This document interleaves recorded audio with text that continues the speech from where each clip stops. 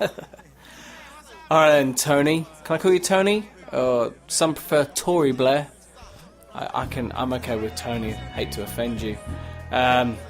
Look, we've kidnapped you because we want to ask you a few questions, and I think it's right for me to let you know now. Based on your answers, we'll determine whether we eventually torture the fuck out of you. Understand?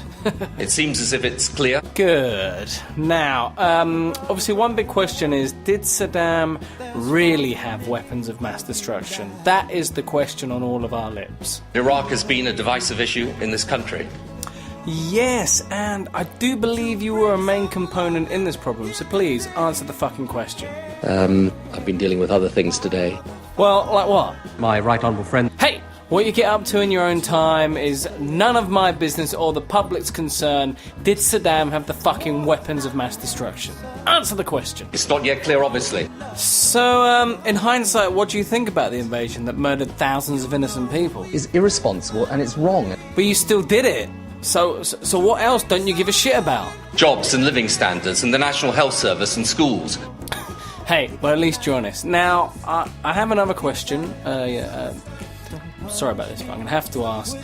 When your wife dropped the dead fetus from her womb, what did you think of that? Stop it now. Oh, well, it's different then, is it? I mean, if it's your dead kid, it's different from some poor Iraqi burning on the floor in the Middle fucking East. Oh, cat got your tongue.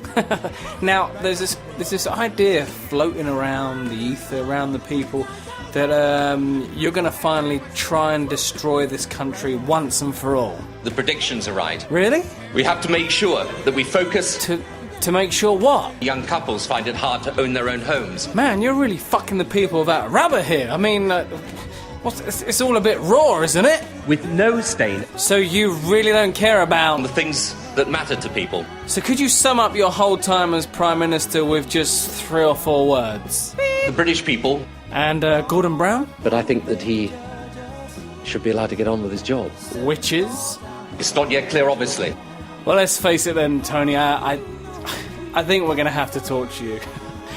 It's only fair, isn't it? When you look at when you were in power, what happened to the rest of the world and what's happened to you now, and I think torture's the only way. I mean, I see, the thing is, I've always wanted to do that bit, like in Reservoir Dogs. Have you seen that? Where he's got the prisoner, and I think it's Mr. White, not entirely sure, maybe someone will tell me if I'm wrong, and he beats him a bit first, and he turns up the radio, and there's that brilliant song, Stuck in the Middle with You, I think it is, and how much he loves the radio DJ, and then eventually, see, it's that bit when he gets, I mean, do you like this song now? I love Marvin Gaye, what a great song. But anyway, and he get out the razor blade and he cuts off the ear and says, hello, can you hear me? it always brings a chuckle.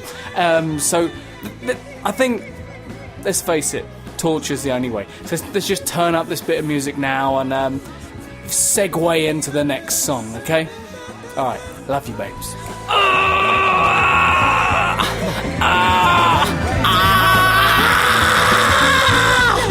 Ah!